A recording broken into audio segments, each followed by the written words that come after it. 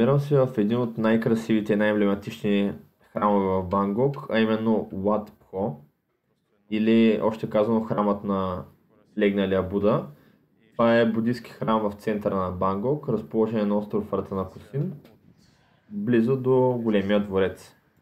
Доколкото видях и проверявах в интернет, храмът е основан през 16 век, точна дата не намерих, но е основно реконструиран в началото на 19 век.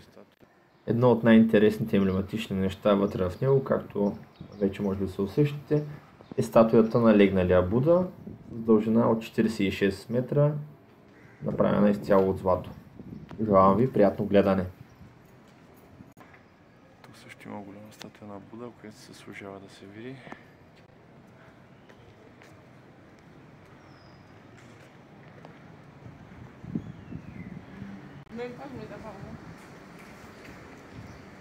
Нямаме тази архитектура тук.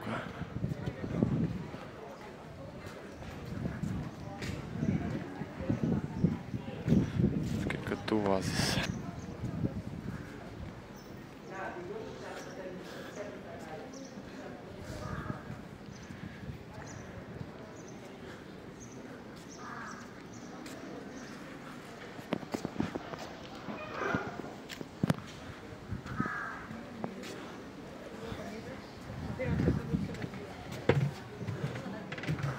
Така, дойдох за да ги снимам отблизо.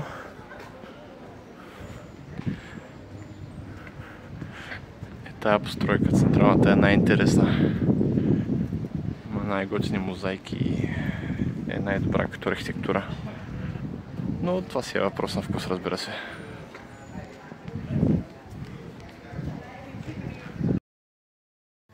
Следващото видео е от един много интересен храм, казва се Wat Saket. Той е разположен в източната част на Стария град, в район Транакхон, ако добре се сещам и го произнасям. Точно срещу храм Ват Рачананда и излиза на улицата Борипхат.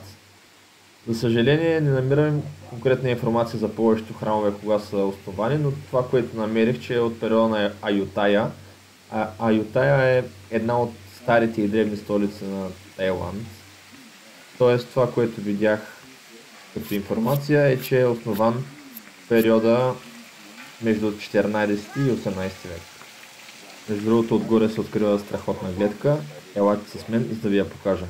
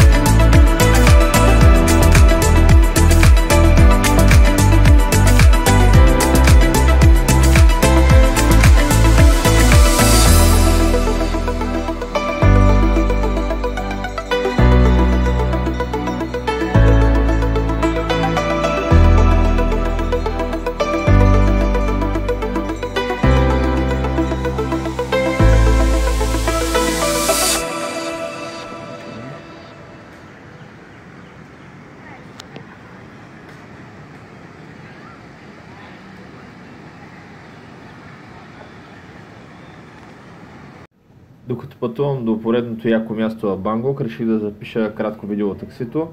Държа да отбележа, че такситата в Тайланд са на доста достъпни цени. Като за пример мога да дам последният ми ден, когато трябваше да пътувам за летището. Разстоянието беше около 20 на километра от моят хотел до там.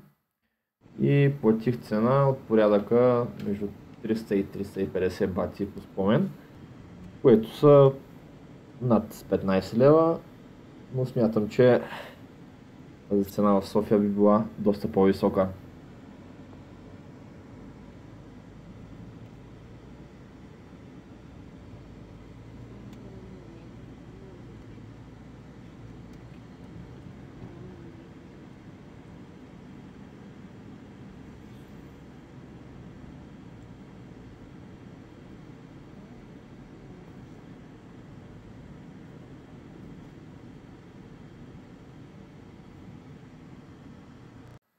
Реших да направя едно експресно панорамно видео от хотелската ми стая, тъй като тази гледка, честно казвам, ще ми липсва.